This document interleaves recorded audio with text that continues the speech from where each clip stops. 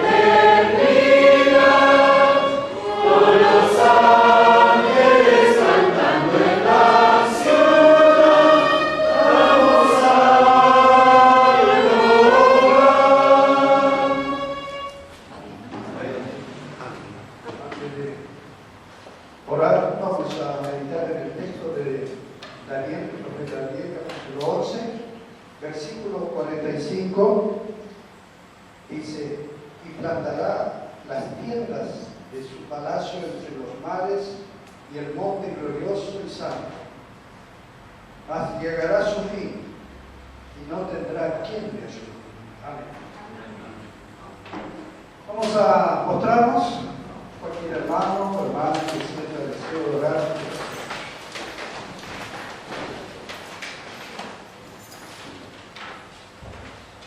Padre nuestro que estás en los cielos, santificado sea tu nombre. Padre celestial, aquí estamos ante tu presencia, muy agradecidos porque podemos escuchar tu palabra. Te rogamos el perdón de nuestras faltas, que escuches nuestras oraciones, que nos ayudes a meditar en ti, a llevar nuestros corazones para que tu santa palabra pueda hacer en nosotros lo que necesitamos. Concede tu gracia a todos los hermanos aquí presentes, especialmente a los hermanos que han de impartir tu palabra con tu Santo Espíritu. Acompáñanos en todo momento, confiamos en ti, esperamos en ti y rogamos por nuestro Salvador Jesús. Amén. Amén.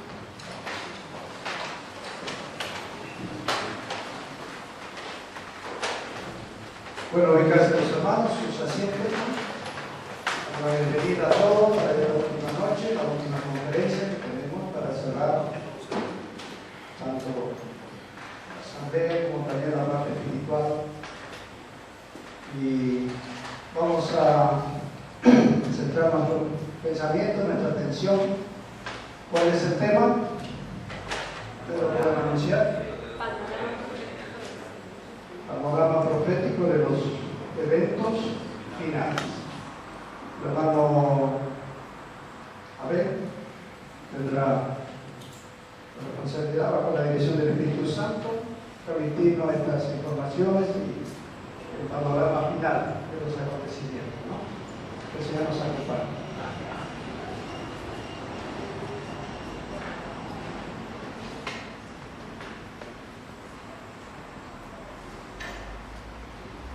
Los eventos finales, ¿cómo serán? ¿Cómo serán?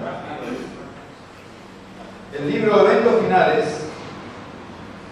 en la página 11, nos dice, párrafo 2, grandes cambios están a punto de producirse en el mundo y los movimientos finales serán rápidos.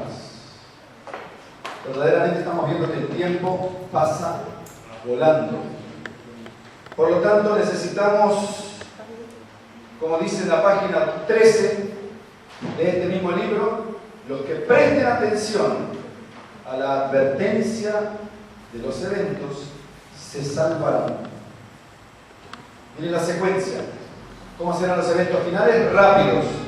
¿Y quiénes se salvarán? Los que presten atención, página 14. Leímos la 11, la 12 y ahora la 14. Pero hay miles de personas que comprenden estas importantes verdades de modo tan incompleto como si nunca hubiesen sido reveladas. Entonces miren, los eventos finales, página 11, serán ¿cómo? Rápidos. ¿Y quiénes se salvarán? Los que lo comprendan cabalmente. Pero hay personas, según dice el espíritu de profecía, que pareciera que jamás han recibido revelación en este sentido. ¿Por qué? Porque no presta atención.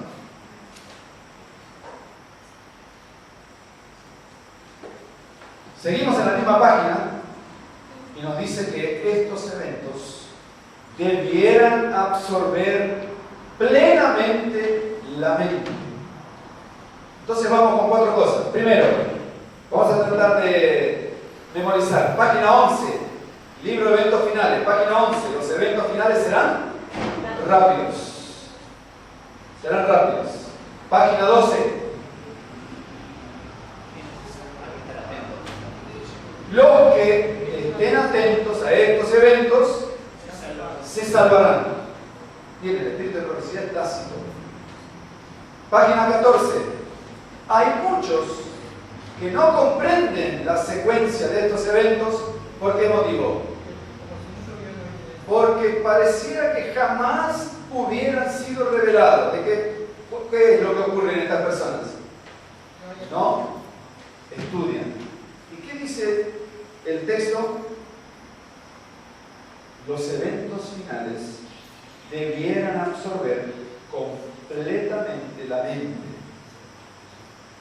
Página 14, última parte, dice, ahora hablando de los jóvenes de la escuela misionera que tenemos aquí, presten atención, queridos jóvenes, especialmente a ustedes, les hablamos porque son aquellos depositarios de la palabra de Dios para nuestra unión.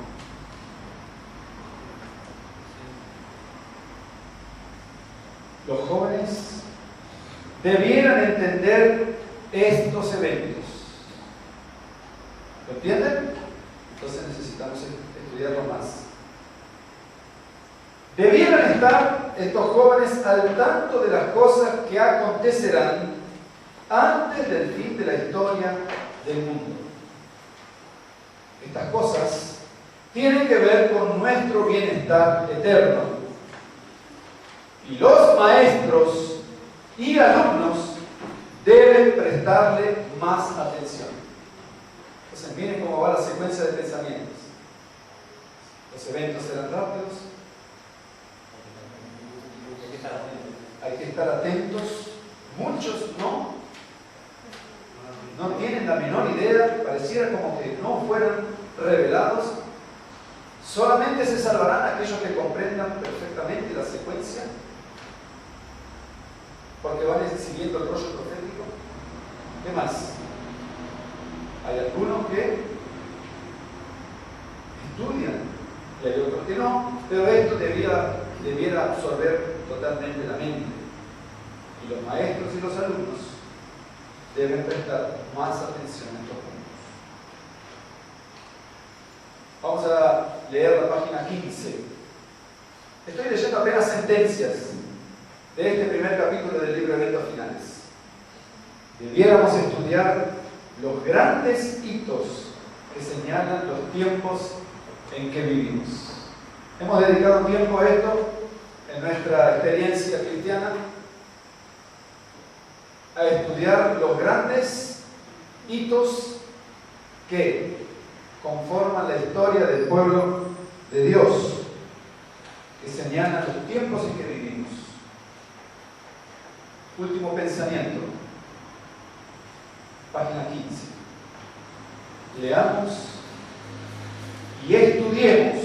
¿Hay diferencia entre leer y estudiar? ¿Qué diferencia hay entre leer y estudiar? Estudiar es con atención, comparando texto con texto, buscando en la historia, en la geografía, en todos los ámbitos del estudio bíblico. Leamos y estudiemos el capítulo 11 y 12 de Daniel. ¿Qué capítulo? ¿En qué libro estoy leyendo? Libro de Eventos Finales, primer capítulo. ¿Por qué habla del capítulo 11 y 12 de Daniel? Porque aquí está la secuencia de los eventos finales. Entonces debiéramos comprenderlos profundamente.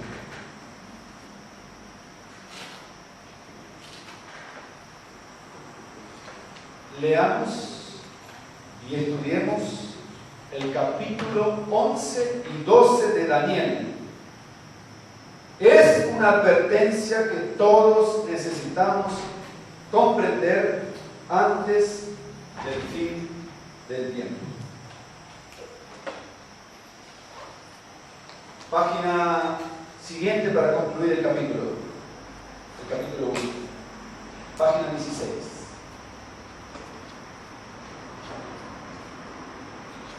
Hay muchas personas que no comprenden las profecías que se refieren a los últimos días, a los eventos de los últimos días, y por lo tanto deben ser ilustradas. ¿Qué debe ser ilustrado para las personas que no comprenden las profecías de los últimos tiempos? Las mismas profecías deben ser como ilustradas. ¿Por qué? Porque ilustrando las profecías se comprende mejor. Entonces nosotros vamos a estudiar, cuando hablamos de un panorama profético de los eventos finales, nuestra mente se va, bueno, el hermano nos va a hablar qué viene ahora, qué viene después, qué viene... Sí, pero miren, el libro de eventos finales, ¿con qué comienza? ¿Qué recomienda el libro de eventos finales en el primer capítulo? Para comprender el panorama profético necesitamos estudiar, leer y estudiar profundamente el capítulo. ¿Qué capítulos? 11 y 12 de Daniel. Entonces vamos a la transformación del rey del norte. Cuando nosotros estudiamos el libro de Daniel, en el capítulo 2 encontramos la primera profecía, o sea, el primer capítulo profético. El capítulo 1 es un capítulo histórico de introducción al libro de Daniel. El capítulo 2 es un capítulo profético. Trae la estatua de Nabucodonosor dividida en 4 grandes imperios y luego en 10 reinos. Vamos a repasar rápidamente. Cabeza de oro, Babilonia. Pecho y brazos, Medo-Persia. Vientre y muslo, Grecia. Piernas, las piernas de hierro, Roma. Los pies de hierro y barro cocido, los 10 reinos que sucedieron a Roma. Los reinos bárbaros, los reinos divididos. Y luego una piedra que fue cortada del reino de Cristo viniendo a la tierra. Aquí lo tenemos entonces, tenemos la estatua con los metales. Ahora, en el capítulo 7 saltamos los capítulos históricos y nos vamos al capítulo siguiente, profético, es el capítulo 7 de Daniel. El capítulo 7 de Daniel corresponde al capítulo 2. ¿De qué manera? En el capítulo 7 encontramos un león que corresponde ¿a quién? A Babilonia. Encontramos un oso que corresponde a ver, ayúdenme, así vamos. A Medo-Persia. En el capítulo 7 encontramos también un leopardo alado con 4 cabezas. ¿Sí? Se llama leopardo cuatrípago. Tiene 4 cabezas, con 4 alas, y eso corresponde ¿a quién? A Grecia. Y luego una bestia indescriptible, porque no podía ser ni un leopardo, ni un oso, ni un león, era una mezcla de todo, con 10 cuernos, que era la Roma pagana, y luego un cuerno pequeño que salió entre medio de los 10 cuernos, con ojo de hombre y boca también de hombre, que hablaba grandes cosas. ¿Y esta quién era? La Roma papal. En el capítulo 8 de Daniel ya situado en el reino medo-persa, no menciona la bestia que corresponde a Babilonia. ¿Por qué no menciona la bestia que corresponde a Babilonia? ¿Por qué está vacío aquí? Porque ya había pasado el tiempo de Babilonia. Por lo tanto, él estaba ahora mirando hacia el futuro y él ve un macho cabrío, ¿cierto? Un carnero correspondiente ¿a quién? A Medo-Persia, y a la vez a la estatua. Luego ve un macho cabrío correspondiente ¿a quién? A Grecia. Y luego ve los reinos divididos, correspondiendo también a los reinos divididos de los pies. Y a Roma surgiendo también como un cuerno que creció hacia la tierra gloriosa. Muy bien, este es el panorama profético del capítulo 2 de Daniel, el capítulo 7 de Daniel y el capítulo 8 de Daniel. ¿Qué es lo que encontramos aquí? Que el capítulo 2, el capítulo 7 y el capítulo 8 de Daniel son capítulos proféticos del mismo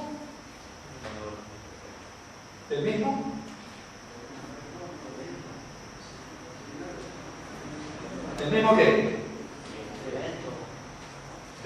Vamos a decir eventos, de los mismos eventos, o sea, de la misma calidad profética. Por lo tanto, en el capítulo 2 de Daniel, la profecía se presenta como una estatua. En el capítulo 7 se presenta como bestias, y en el capítulo 8 también se presenta como bestias y como cuernos. Ahora, esto es en el capítulo 8 En el capítulo 10 encontramos a Daniel siendo instruido de qué manera se comporta un profeta cuando recibe una visión. El capítulo 10. En el capítulo 11 encontramos la transformación de la sucesión de los reyes del rey del sur y del rey del norte. Vamos entonces a darle secuencia, porque el libro de Eventos Finales nos decía que para comprender el panorama profético de la historia del mundo y los eventos de los últimos días, comienza el capítulo 1 diciendo: no podremos comprender los eventos si no entendemos el capítulo 11 y 12 de Daniel. Por eso necesitamos darle un repaso. A pesar de que algunas veces ya habremos estudiado este tema, necesitamos darle un repaso. Vamos adelante entonces. Capítulo 11, versículo 1. Yo pongo los versículos, ustedes leen, por favor. Ayúdenme en la lectura. Rápidamente, capítulo 11, versículo 1. ¿Quién lee?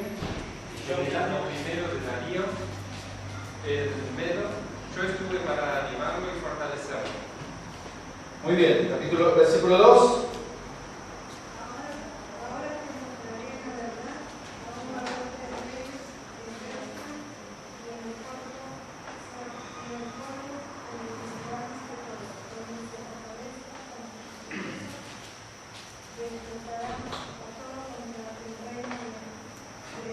Muy bien, amados hermanos, jóvenes, niños, ¿cuántos reyes encontramos en estos dos versículos?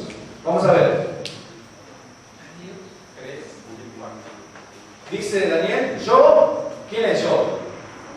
Daniel. Yo estaba en el reino de quién? De Darío. ¿Cuántos reyes tenemos ya?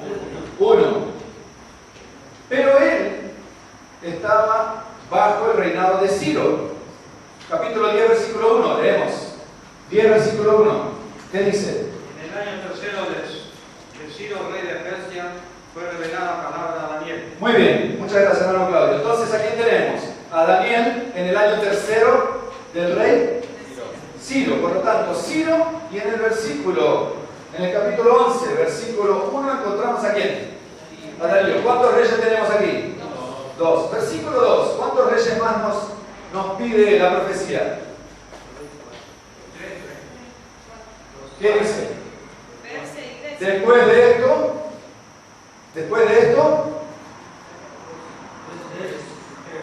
de quién? Entonces tenemos a Ciro, corregente con Darío, tenemos dos reyes. Y una vez que muere Darío, dice la profecía, le sucederán tres reyes. Encontramos esos tres reyes en la historia, se cumplió. Entonces, ¿quién era el rey del norte y el rey del sur al principio? Especialmente el rey del norte. ¿Quién era él inicialmente? Ciro y Darío, corregentes. Ciro y Darío, corregentes. Ellos eran los reyes del norte. Pero ahora tenemos... ¿En qué sentido eran los reyes del norte? Con relación a Jerusalén, porque el centro geográfico de una profecía es Cristo. El centro histórico y geográfico de una profecía es Cristo. Por lo tanto, los reyes del norte ahora eran los medos y persas. Y los corregentes eran Ciro y Darío. Ahí tenemos a Darío y ahí tenemos a Ciro. Entonces, tenemos dos reyes. Luego, dice, vendrán tres reyes más. ¿Vinieron en la historia tres reyes más? Corroborémoslo. Sí, el segundo rey, o el tercero en este caso, después de Darío, primero Ciro, después Darío, y el próximo rey es Cambises. Cambises del año 530 al año 522, se cumple la profecía, viene un rey más. Luego tenemos el falso Esmerdis. A este no hay que contarlo. ¿Por qué no hay que contarlo? Según la profecía. ¿Por qué no contamos al falso Esmerdis? Porque él usurpó el trono. Allí está, si ustedes van leyendo. extraído de Heródoto 3, en página 68 de la Enciclopedia Británica.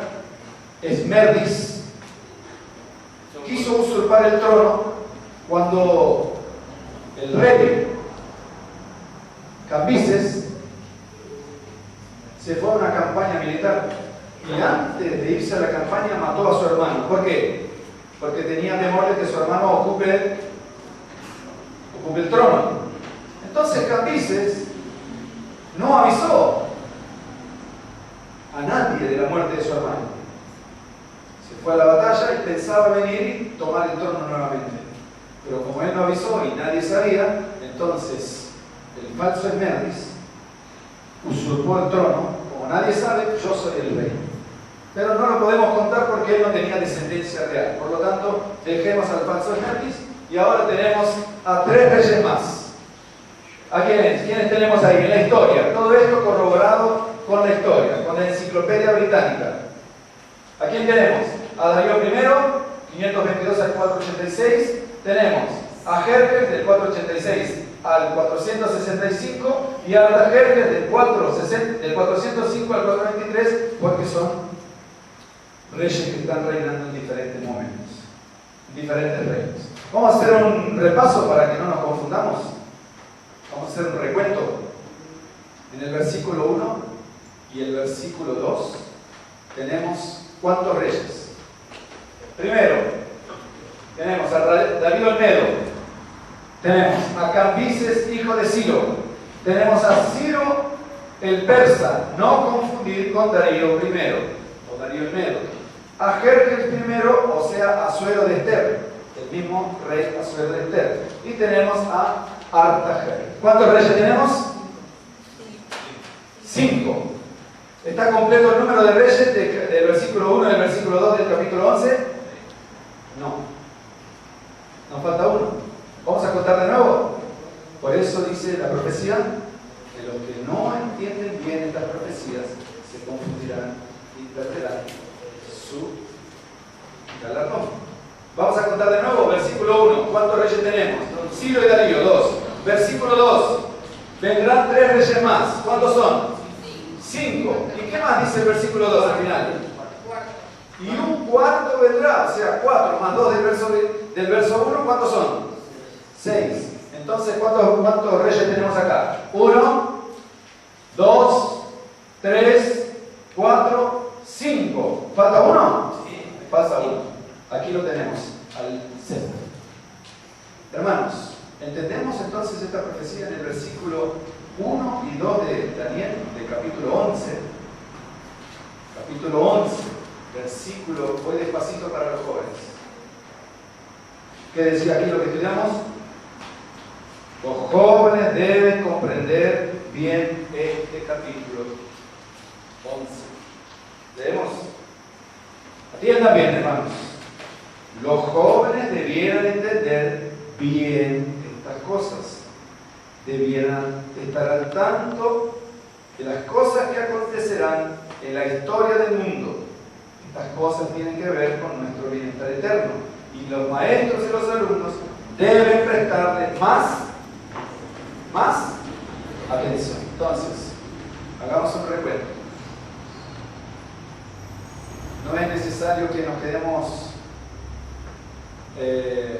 pensando en que esta profecía es difícil de entender. No es difícil de entender. Capítulo 11 de Daniel, entonces, versículo 1 y 2. Voy a hacer un repaso muy fácil para los jóvenes especialmente.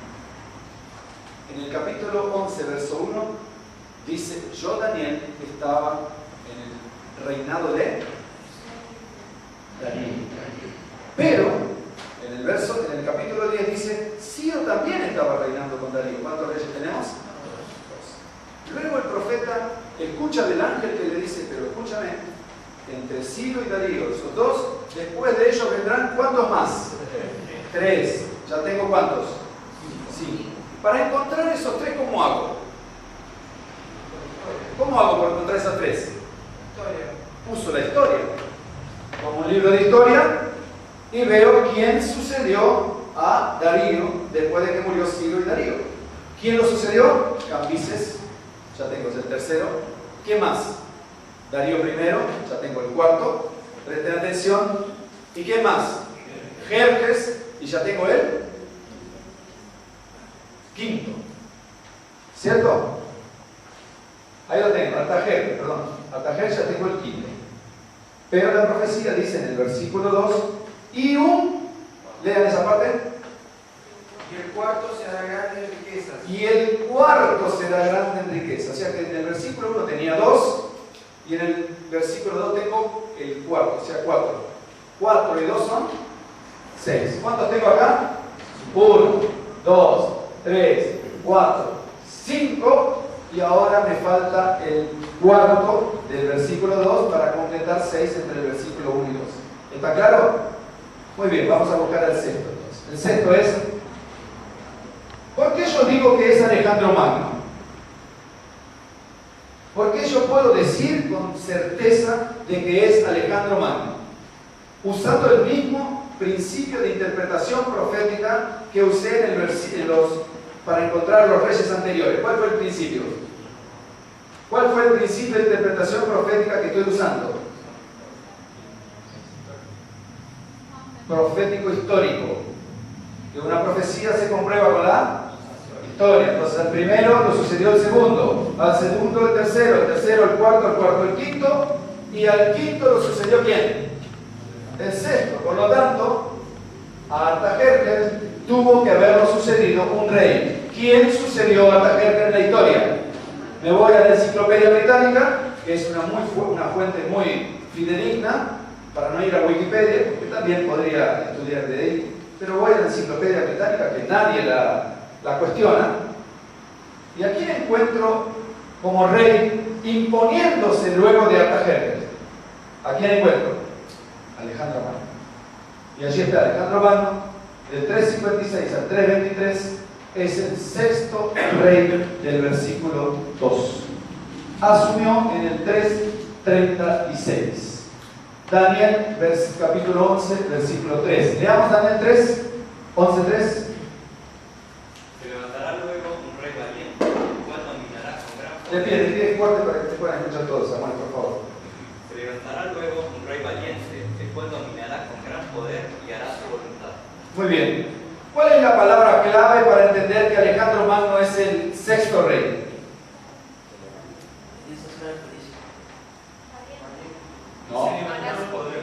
No, vamos a ver cuál es el principio de interpretación profética que estamos usando.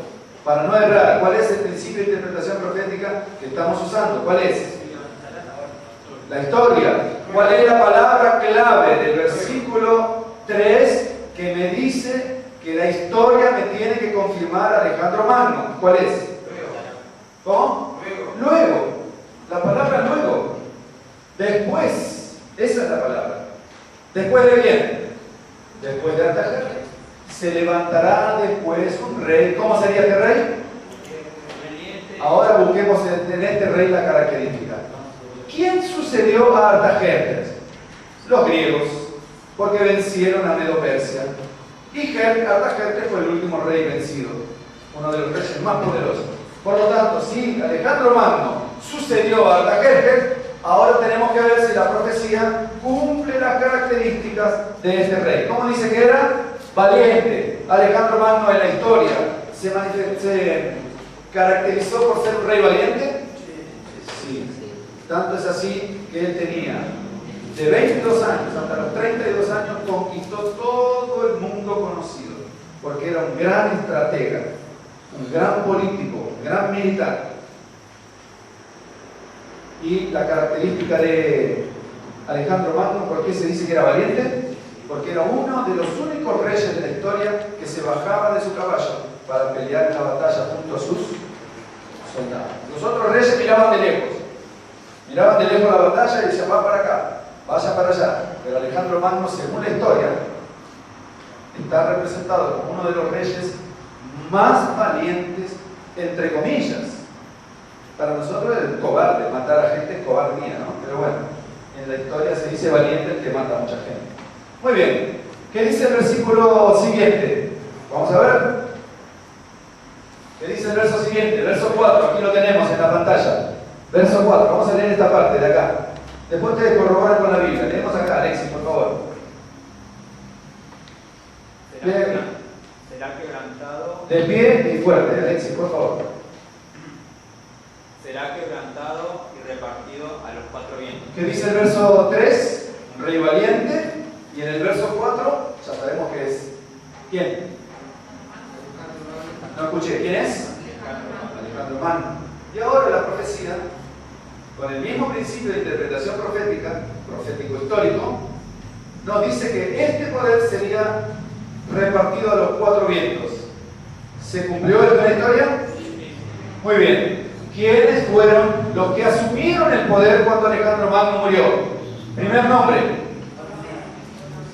Casandro. Segundo nombre, Lisímaco. Tercer nombre, Seleuco. Cuarto nombre, Ptolomeo. Casandro, Lisímaco, Seleuco y Ptolomeo. A ver, Alexis, repetí. Casandro,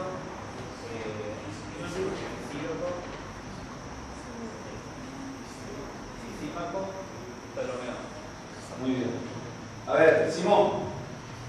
Casandro, Muy bien. ¿Eso? ¿Qué más? Ahí es que te dijo Mario. Muy bien. A ver, Marito. De pie y a ver, vamos a decir los 4. Esto tenemos, ¿qué dice aquí el libro? Que tenemos que aprenderlo bien, que tiene que estar en nuestra mente. Primero. Muy bien. Segundo. Muy bien. Tercero. Muy bien. El cuarto. Perfecto, Marito. Se cumple el principio de interpretación profética. Aquí tenemos a Alejandro Magno en el frente, Casandro, Lisímaco, Seleuco y Ptolomeo, repartido a los 4 vientos. ¿Por qué a los 4 vientos? Porque eran los 4 generales que tenían. 4 generales y 4 vientos. ¿Cómo se dividen los 4 vientos? La rosa de los vientos. Norte, sur, este, oeste. Entonces uno fue al norte, otro al sur, otro al este y otro al oeste. Se cumple el principio de interpretación profética. Versículo siguiente, versículo 5. ¿Quién quiere leer, por favor, rápidamente? ¿Quién lee? Se pone de pie, lee, por favor, rápidamente. Yacir. Ah, perdón, aquí. Y se hará fuerte el rey del sur. Muy bien. ¿Qué dice la profecía? Estamos usando el mismo principio de interpretación. Gracias, hermana Selmo. Se hará fuerte el rey del sur. ¿Por qué? Porque veníamos hablando de qué rey? Del norte. Como veníamos hablando del rey del norte, ahora la historia nos confirma que el rey del sur se hizo fuerte. El rey del sur, ¿en relación a quién es el rey del sur? En relación a Jerusalén. Porque si no, no sabríamos dónde está el sur. ¿Quién era el que estaba ubicado en el sur? Ptolomeo. ¿Quién era el que estaba ubicado en el norte, de acuerdo a Jerusalén, en esta parte norte? Seleuco. ¿Entendemos? Aquí está Jerusalén, aquí está Ptolomeo, en el sur, en África, y de acuerdo a la profecía, Seleuco se ubicaría en el rey, no Seleuco, sino un rey se ubicaría en el norte. No fue otro que Seleuco. Eso se cumple y se confirma con la historia profética. Muy bien. Versículo 5. Y uno de sus príncipes será más fuerte que él y se hará poderoso en dominio y será grande. Uno de sus príncipes, Seleuco, rey del norte, ahí está, con respecto a Jerusalén, se hizo más poderoso y venció a quién. Se tiene que cumplir en la historia. ¿Venció a quién? Al rey del sur. ¿A quién venció? A Ptolomeo. Estoy yendo despacio para que podamos ir entendiendo el principio de interpretación que estamos usando. Vamos adelante entonces, versículos 6 al 15. Aquí hay todo. ¿Por qué saltamos del 6 al 15? Porque del 6 al 15 hay un paquete histórico. No vamos a tocar todos los puntos. ¿Por qué? Porque se trata apenas del mismo asunto, pero resaltan algunos aspectos solamente, del 6 hasta el 15. ¿Cuáles son los aspectos que resaltan? Ahí está, la parte azul, rojo. Harán alianza y la hija del rey del sur. ¿Quién era el rey del sur hasta ahora? Ptolomeo. La hija del rey del sur vendrá al rey del norte para hacer la paz. ¿Cuál es el principio que estamos usando de interpretación profética? La historia. Se cumple en la historia que cuando Seleuco se hizo mayor que Ptolomeo quiso hacer un reinado con Seleuco para no perder el poder, porque sabía que Seleuco era poderoso. Se cumple la historia de que este rey del sur le entregó la hija, según el versículo, le entregó la hija para hacer una alianza. ¿Se cumple? Sí. Berenice, ahí tenemos un monolito de Berenice. Berenice se casó con Antíoco Epifanes. Ya en una conversión, en una transformación de estos reinos. Vemos que al principio de la historia, el rey del norte, ¿quién era? En el versículo 1, ¿quién era el rey del norte? Darío. Y Ciro, corregentes. En el versículo 2, ¿quién era el rey del norte? Cambises. ¿Murió Cambises? ¿Quién era? Jerjes primero. Darío primero. ¿Murió Darío primero? Jerjes. ¿Murió Jerjes? ¿El rey del norte quién era? Artajerjes. Y ahora el rey del sur se presenta y dice, opa, yo quiero también una parte de este gobierno. Pero como sé que él es poderoso, voy a hacer una alianza con mi hija, le voy a decir que se case con alguno de sus parientes y así hacemos alianza. Entonces mandó a Berenice, mandó unos mensajeros y dice, mira, yo tengo a mi hija y está dispuesta para casarse con alguno de tus reinos, así hacemos una alianza. Se hizo la alianza y dice, vendrá pues el rey del norte, se levantará baluartes y tomará la ciudad fuerte y las fuerzas del sur no podrán sostenerse. ¿Se cumplió la historia? Se cumplió. Entonces el rey del sur nuevamente pierde poder. ¿Quién era el rey del sur ahora? No. ¿Quién era el rey del sur? Ptolomeo. No pudo sostenerse. Entre los versículos 6 y 15, atención, se relata la lucha de poder entre el norte y el sur, entre Seleuco y Ptolomeo. Muy bien, vamos adelante entonces. En este principio de interpretación tenemos que entender que la profecía nos está llevando a presenciar la más grande transformación del rey del norte. Comenzó siendo Darío, siguió siendo Ciro, Cambises, Jerjes, Darío I, Artajerjes, Alejandro Magno, y ahora tenemos a quién. Daniel capítulo 11, versículo 16, y el que vendrá contra él, entró otro gobierno acá, en la historia, miren, cambió el asunto ahora. El que vendrá contra él, ¿quién era el que tenía el poder ahora? El rey del norte, Seleuco, porque venció, inclusive si Ptolomeo le dio la hija, él no quiso hacer ninguna alianza y finalmente lo venció y lo sometió y lo pisoteó a Ptolomeo. ¿Y quién quedó como rey del norte? Seleuco. Pero en el versículo 16 la profecía trae un otro personaje al escenario, a la arena. ¿Quién es? Y el que vendrá, ¿entró alguien más? Entró alguien más ahora. Y el que vendrá contra él, ¿contra quién? Contra Seleuco, hará su voluntad contra el rey del norte y no habrá quien se le pueda enfrentar. ¿Se acuerdan lo que decía en el capítulo 2 de Daniel? Primero venía Babilonia, Medo-Persia, Grecia, y cuando aparecía Roma, ¿qué bestia era? ¿Era un león? ¿Era un oso? ¿Era un leopardo? ¿Qué era? Era una bestia indenominable con dientes de hierro que despedazaba todo lo que encontraba. Aquí está esta misma bestia, pero ahora en el capítulo 11. ¿Qué dice? Nadie le podrá hacer frente. ¿Se cumplió la historia? Sí, porque a estos reyes, a Seleuco, quien lo venció, fue este poder que entra a Roma. En el año 63, Roma conquistó los terrenos que había conquistado ¿quién? Seleuco. ¿Quién era el rey del norte hasta ahora? Seleuco. Ahora entra Roma en acción y Roma conquista Palestina. Seleuco muere Y ahora, ¿quién es el rey del norte? ¿Quién es el rey del norte? No, ¿quién es el rey del norte? El Papa ni apareció todavía, estamos en el año 63. El Papa apareció en el año 538. Imperio Romano. El Imperio Romano, o sea, la Roma pagana. Y dice, y estará en la tierra gloriosa. ¿Se cumplió la historia? Sí, porque el Imperio Romano solo entró en la tierra gloriosa a partir de vencer a Seleuco. Y eso está en la profecía. Después de vencer al rey del norte, él se transforma en el rey del norte y entra en la tierra gloriosa. Pregunta, ¿quién fue el único reino de la tierra que invadió las tierras gloriosas por primera vez con éxito? La tierra Roma. En el año 63, después de Cristo, Roma conquistó Palestina. Aquí está.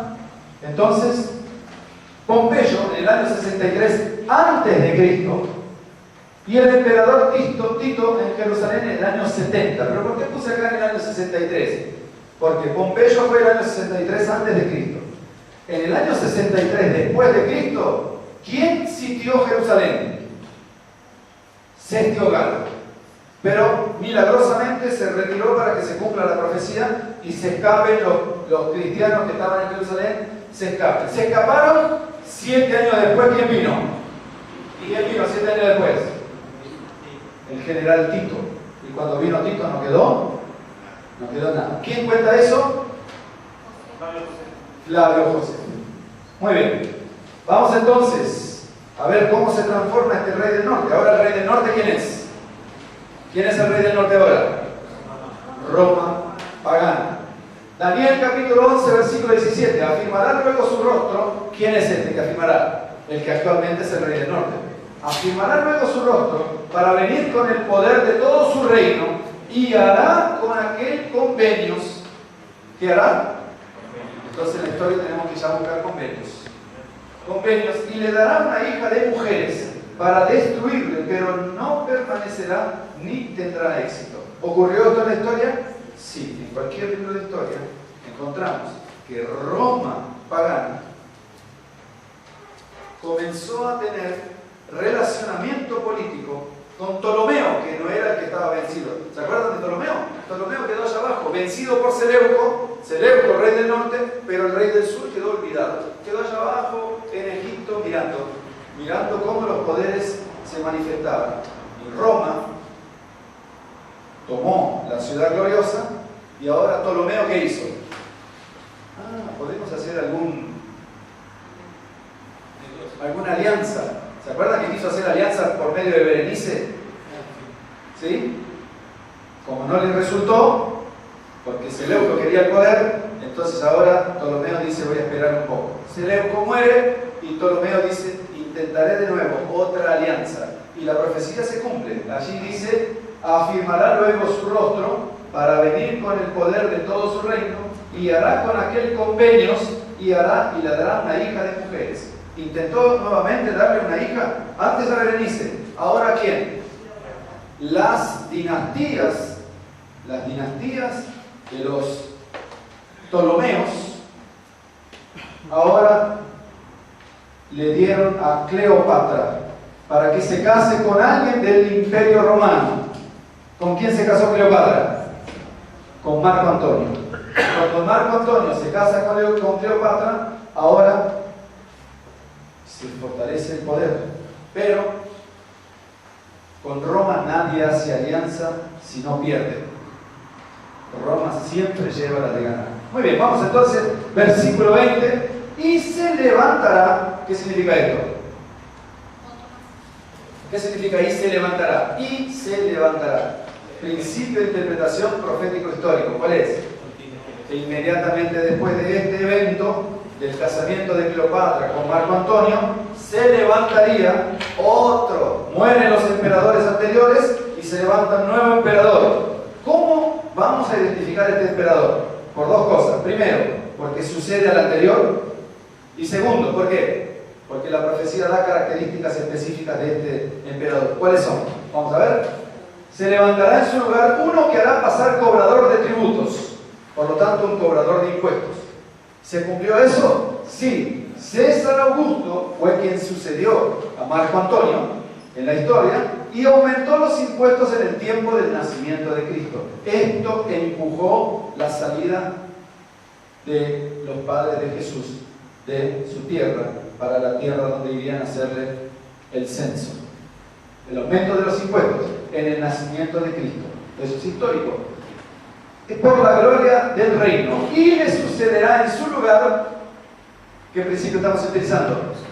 O sea, murió uno, viene otro. Le sucederá en su lugar, ¿quién? Un hombre despreciable.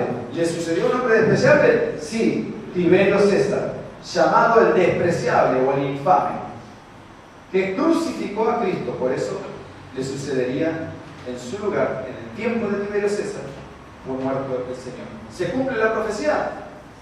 Perfectamente. Ahora, ¿quién es el rey del norte? Sigue siendo Roma pagana, solo que tiene diversos, no fases, la fase es la misma, tiene diversos líderes. Muy bien. Y serán del todo destruidos junto con el príncipe del pacto. ¿Quién es el príncipe del pacto? ¿Quién es el príncipe del pacto? ¿Quién es el príncipe del pacto? Jesús. ¿Cómo sabemos que el príncipe del pacto es Jesús? Isaías 56. Y a los que abracen mi pacto. ¿Cuál es el pacto? El Santo Sábado. Y Jesús, Marcos capítulo 2, versículo 27. Jesús es Señor aún del sábado. Por lo tanto, el pacto es el sábado. El príncipe del pacto, ¿quién es? Jesús. Muy bien. Entonces, este poder, es decir, el Imperio Romano, el capítulo 11 está mostrando que iría a destruir o a matar al príncipe del pacto. ¿Ocurrió eso? Sí, Tiberio César fue el responsable.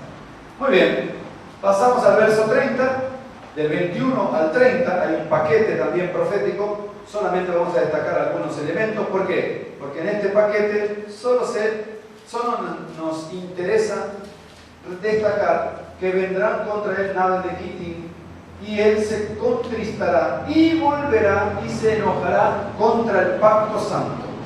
¿Quién era el rey del norte? ¿A quién teníamos como rey del norte? A Roma.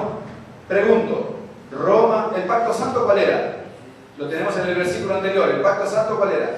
El sábado. Ahora en el versículo dice que en la secuencia, este poder, Roma papal, se enojaría contra ¿qué? No, traduzcamos ahora. Contra el sábado. ¿Y ocurrió eso? En la historia, en la secuencia histórica, ocurrió que este poder, o sea, el emperador que vino inmediatamente después, ¿se enojó contra el sábado? Sí. ¿Quién fue este que se enojó contra el sábado según la secuencia histórica del capítulo 11?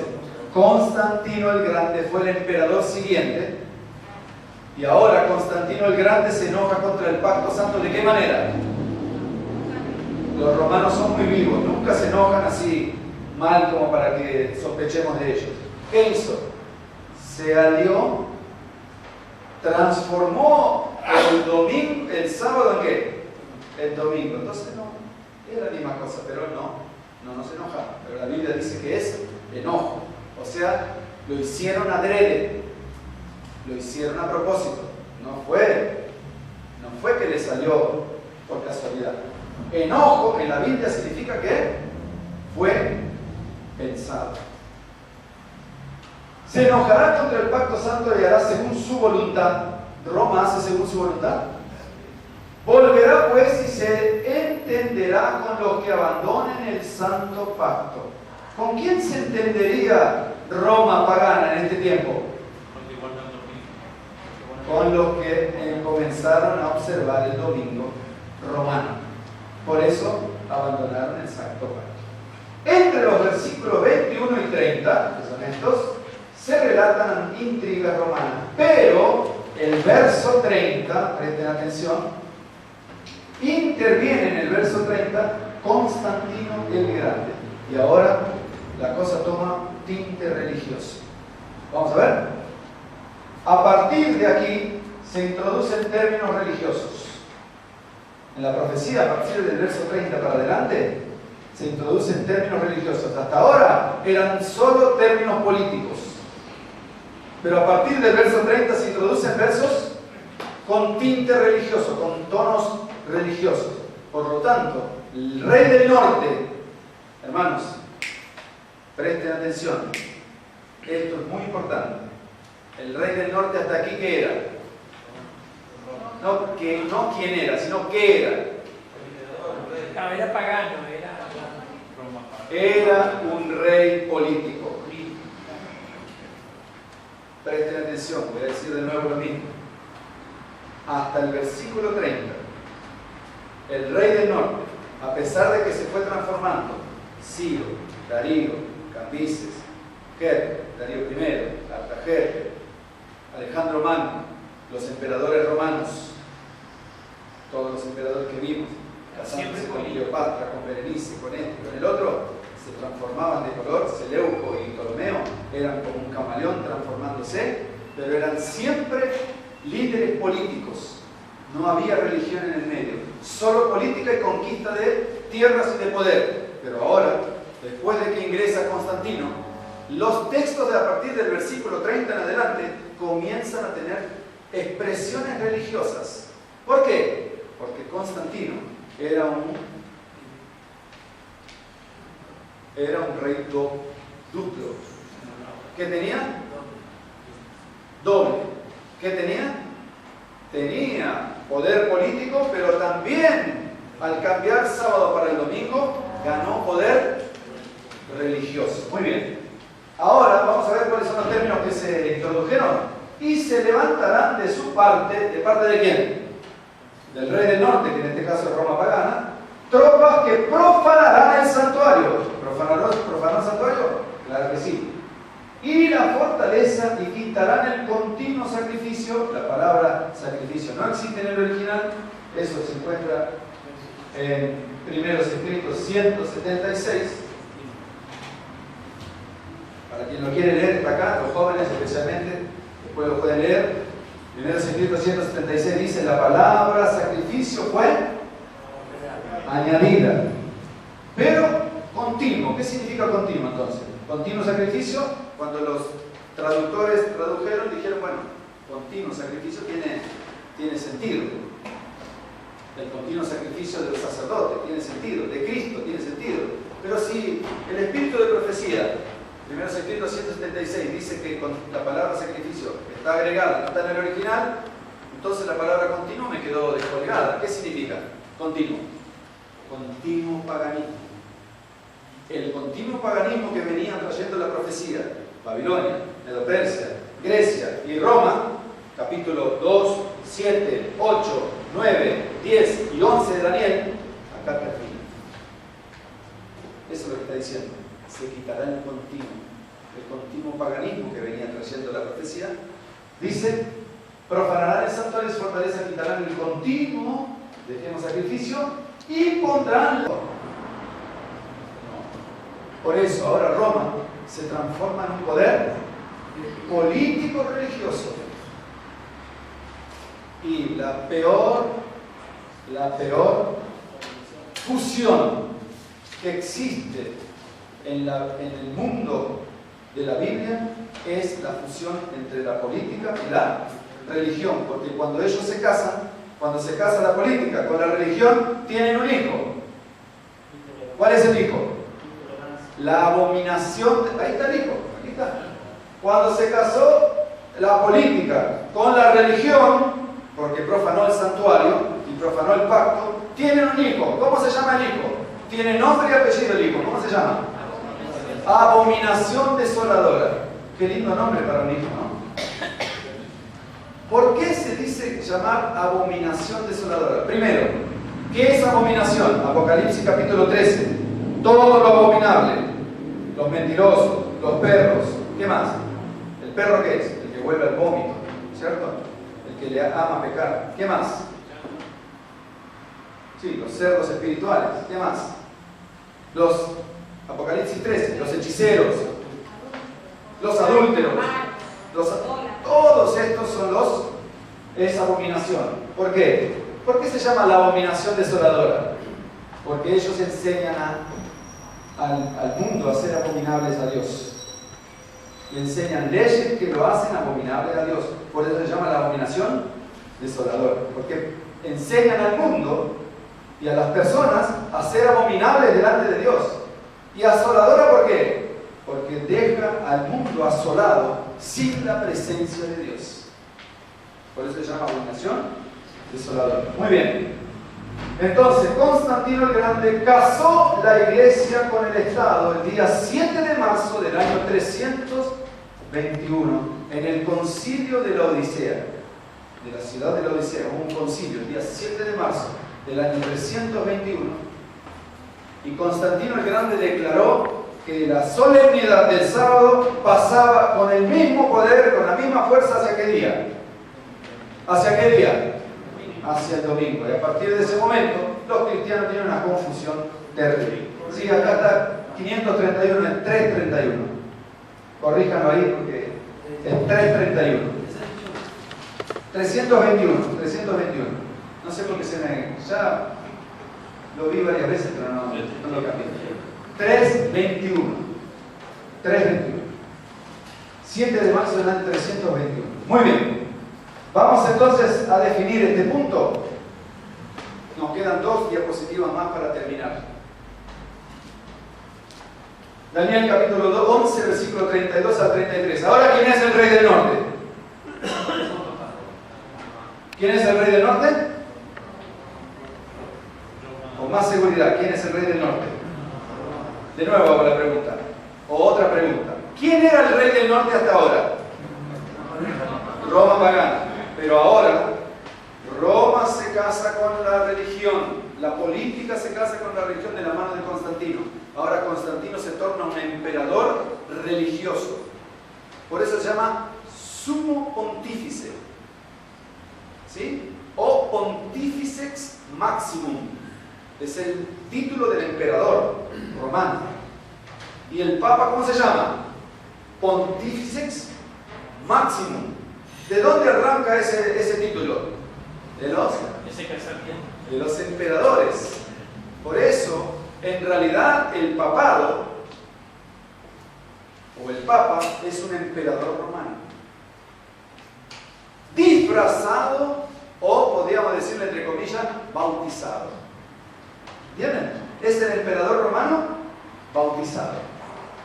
Bautizado en el cristianismo. Porque cualquier persona podría entrar acá, que sería ladrón, asaltante, lo que sea, se bautiza y es miembro de la iglesia, pero él sigue siendo que ladrón y asaltante. ¿El Papa qué es? Entró en la iglesia, se bautizó, pero ¿qué sigue siendo?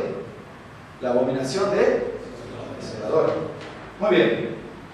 Vamos a ver si se cumple el concepto profético. Con lisonjas seducirá a los violadores del pacto. Roma tiene esa característica. Seduce con lisonjas. ¿Qué son lisonjas? Sí, siempre adulando, siempre prometiendo. Más el pueblo que conoce se cumple. Esto es profecía. ¿Cuál era el principio de interpretación profética que estamos usando?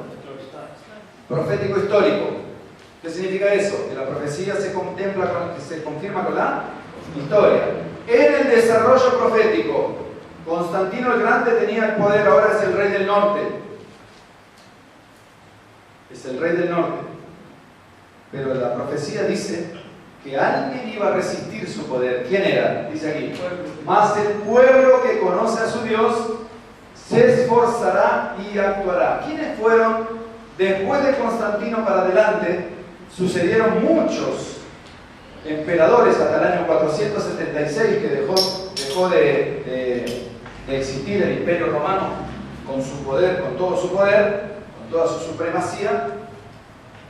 ¿Quién resistió a Roma? ¿Quién fue el único pueblo? Porque dice el pueblo, es un pueblo, tiene que ser un pueblo. ¿Quién fue el único pueblo que resistió a Roma en este periodo después de Constantino para adelante? ¿Quién fue? Los valdenses. Estamos aplicando el principio de interpretación profética. Y el principio es profético histórico. Después, de Constantino encontramos algún pueblo completo que resiste al poder romano, que ahora es el rey del norte? ¿Hay un pueblo completo? Sí, en el año 1200, los valdenses resisten al poder romano. Los valdenses, ¿en dónde?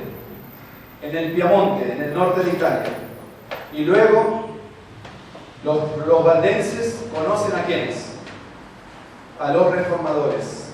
Surgen los reformadores y comienzan a actuar. ¿Por qué actuar? Porque comenzaron a traducir la Biblia y a hablar en contra de quién? Del casamiento de Roma pagana con la religión.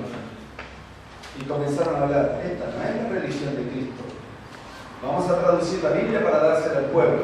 Ahí está la palabra actuar, actuará. Por eso les puse acá yo una foto, más o menos una chica ahí, dos chicas, para que puedan tener una relación de cómo son grandes esas estatuas. ¿Sí? Ese es el monumento a los reformadores en Ginebra. Es imponente. ¿Por qué? Porque Ginebra se tornó el centro de la reforma en el mundo. Porque Calvino salió de Italia, cuando los italianos, los valdostanos, no lo escucharon, se fue, sacudió, ahí hay un monumento, sacudió los pies, hicieron un monumento y dijo, maldijo a todos los que no escucharon el Evangelio. Calvino era bravísimo y se fue hacia Ginebra e instaló en Ginebra la Reforma Protestante. Es la capital de la Reforma Protestante, Ginebra. Y ahí está, por eso está el monumento a los reformadores. ¿Cuánto dice? Y los sabios del pueblo instruirán a muchos. ¿Quiénes son los sabios del pueblo? El pueblo este son los valdenses, y los sabios del pueblo, los reformadores. Y por algunos días, ¿cuántos días? ¿Cuántos días? 1200, la profecía dice, por 1260 días. Y por algunos días caerán a espada y a fuego, 1260 días de persecución, caerán a espada y a fuego en cautividad y despojo. Muy bien. Del versículo 34 al 36 dice exactamente lo mismo, por lo tanto, idem, es la misma cosa. Y ahora vamos al último tramo, del versículo 37 al 45, donde concluimos nuestro análisis, y el hermano Darío leyó el versículo 45, que fue el versículo final. ¿Qué dice ahí? Y plantarán las tiendas. ¿Quién es el rey del norte ahora? Roma papal. Ellos son el rey del norte, de Daniel 11. Porque la profecía lo va llevando y la historia lo va confirmando, y no se puede confundir al rey del norte. Es Roma papal. Y plantarán las tiendas de su palacio. Quiere decir que tendría un palacio. Las tiendas de su palacio entre los mares y el monte santo. Entre los mares, que es el mar Mediterráneo, y el monte santo. ¿Qué es? ¿Cuál es el monte santo? Jerusalén, claro, porque el aspecto geográfico, histórico y religioso se mide con Jerusalén, porque es el centro religioso. Entonces, Roma estableció un lugar geográfico para ubicar su tienda, su palacio. ¿Dónde está? En Roma, en el Vaticano. Pero llegará a su fin y no tendrá quien lo ayude. Hermanos, Satanás cree que tendrá la victoria. Pero sabe, ¿por qué cree que tendrá la victoria? Porque sigue luchando. ¿Tendrá la victoria sobre quién? Sobre individuos, porque él sabe que ya perdió. Pero él está buscando individuos. ¿A quién está buscando Satanás? A nosotros. Está interesado con nosotros. Pero la profecía que dice que Jesús, ¿qué dice acá? Que el papado, que es el rey del norte, llegará a su fin. Miren, hermanos, esta es la promesa que tenemos. Llegará a su fin. Entonces, nosotros vemos al Papa hoy que sale por todos los videos que vemos, se asocia con los musulmanes, se asocia con los religiosos, se asocia con los protestantes, se asocia con las religiones, con los políticos, con los gobiernos, se extiende la mano se lo vio con Bush, con Reagan, se lo vio con Trump, el anterior a Trump, ¿cómo era? Obama, se lo ve con todo dándose la mano con este, se lo ve dándose la mano con los musulmanes y con los árabes y con este y con el otro. ¿Por qué? ¿Qué quieren hacer ellos? Lo que hacía Ptolomeo le da la hija a este, le da la hija del otro, le da la hija del otro, quieren hacer un gobierno mundial. ¿Cómo se llama ese gobierno mundial? ¿Cómo se llama el gobierno mundial que quiere establecer el Papa? Ecumenismo mundial. Ellos se están conglomerando para luchar contra el pueblo que sostiene la verdad. Pero, ¿qué dice la profecía? Llegarán a su fin y no tendrán quien les. Hermanos míos, ¿quién nos ayuda a nosotros? A pesar de que no somos nadie, somos un pueblo casi impopular. Tiene 3 características nuestro pueblo. ¿Cómo es? Conflicto de los siglos, página 654. Pocos, pobres e impopulares, pero tenemos una fe que nos separa del mundo. ¿Cómo es entonces? Vamos de nuevo. A ver, Kevin, ¿cómo es? Pocos, muy bien. Pobres e impopulares, pero con una fe que nos separa del mundo. ¿Quién nos ayudará a nosotros? Cuando llegue el conflicto final y ellos busquen ayuda de todas partes del mundo para ir contra el pueblo de Dios y nosotros pensemos que somos un pueblo olvidado, que nadie está con nosotros, en realidad, ¿quién estará con nosotros, hermana Bonifacia? Cristo estará con nosotros. Porque la profecía lo dice.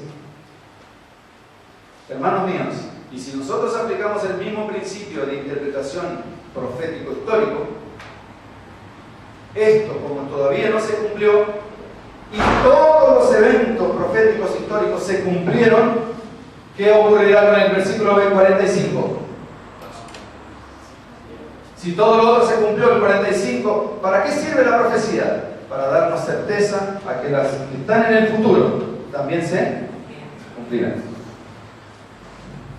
Que el Señor nos dé su gracia para que podamos entender que los poderes confederados del mal no tendrán ayudador en el gran conflicto. Entonces, cuando hablamos de propósitos de las señales del tiempo, ¿cuáles son los propósitos? De las 10 señales de Mateo, señalarnos que el tiempo está cerca. ¿Y cuáles son las señales? Son 12 señales. Pero, como nosotros no vimos las señales, vamos a ver los eventos. El propósito de la secuencia de los eventos, ¿cuál es? Apocalipsis 1:1. Los 10 eventos que nos esperan en el futuro. Después de que el papado quiere hacer esto, los 10 eventos que nos esperan en el futuro, ¿cuáles son? ¿Cuáles son los 10 eventos? Según este libro. ¿Cuáles son los próximos 10 eventos? En secuencia, leemos para concluir. La última crisis de la tierra. Las iglesias de Dios, la última crisis de la tierra es esta que estamos hablando. El Papa conglomerando los poderes del mundo para ir contra el pueblo de Dios. Esa se llama la última crisis de la tierra. La iglesia de Dios de los últimos días. Las leyes dominicales implantarán una ley dominical. El pequeño tiempo de angustia y los engaños satánicos de los últimos días. El pequeño tiempo de angustia no es el gran tiempo de angustia, es antes de las plagas. El gran tiempo de angustia son las plagas. Vendrá un zarandeo. Con el pequeño tiempo de angustia, el pueblo será zarandeado, se separará. Quedarán los fieles y los infieles arrivederci. La lluvia tardía y el fuerte clamor, con el poder de la lluvia tardía se dará el fuerte clamor, Luego, el sello de Dios será definido para los que reciban la lluvia tardía y quedarán aquellos que se pondrán del lado del ecumenismo y recibirán la marca de la bestia. El fin de la gracia terminará la gracia y ahora caerán, una vez que termine la gracia, caerán las 7 últimas plagas y los justos serán ayudados y ellos no tendrán ¿quién les? Daniel 11:45. Y luego entonces Jesús regresará a la tierra. Enseñamos de su gracia para poder entender muy bien todos estos acontecimientos, estos eventos que se suscitan en la palabra de Dios. Si estudiamos profundamente la palabra de Dios, no seremos engañados. ¿Y los que estudien, qué dicen? ¿Qué dicen los que estudien? Se salva. Leemos de nuevo ese pensamiento final.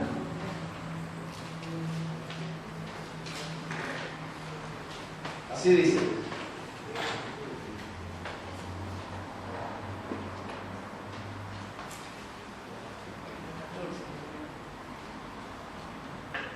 último párrafo. 14. Y los que estudien estos eventos y estén asiduos en ellas importantes verdades, se salvarán. Muchas bendiciones para todos. Podamos hacer de la Biblia y del Espíritu de Profecía nuestros libros de texto. Amén. Quieren que el Espíritu Santo nos ayude a poner orden en todo esto en nuestra mente. Pero la repetición es la base de la enseñanza. Repetimos hasta que se comprende. Si saltamos al otro capítulo, me encontramos un montón de acontecimientos y fechas también. Y complejo entonces, ¿no? Pero yo no se lo voy a entender.